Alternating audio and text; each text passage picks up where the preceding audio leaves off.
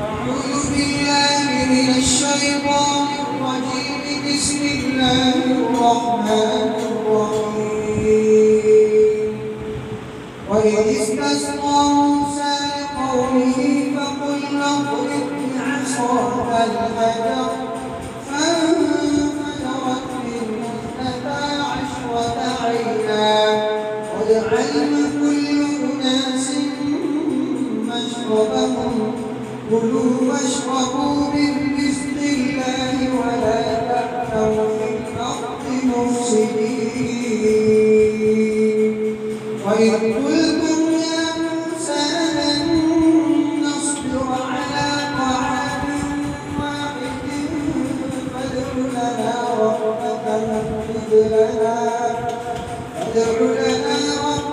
يخرج لنا مما تنبت الأرض من بقلها وقثائها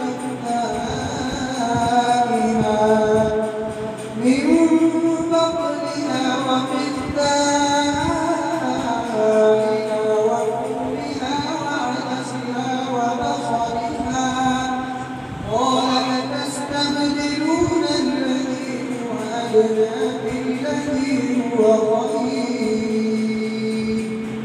اهبطوا مصرا فإن لكم ما سألتم وضربت عليهم الذلة والمسكنة وباءوا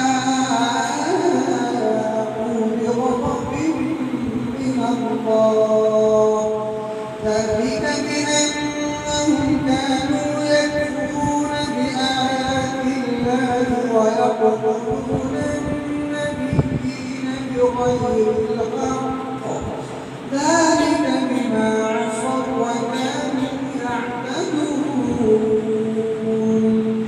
إن الذين آمنوا والذين هادوا والنصارى والصابئين من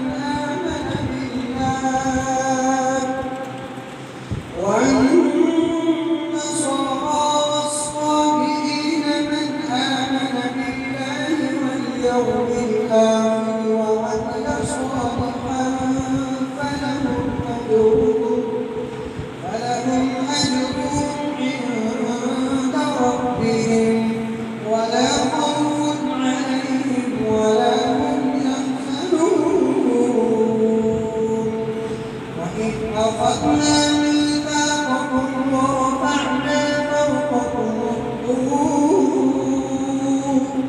خذوا ما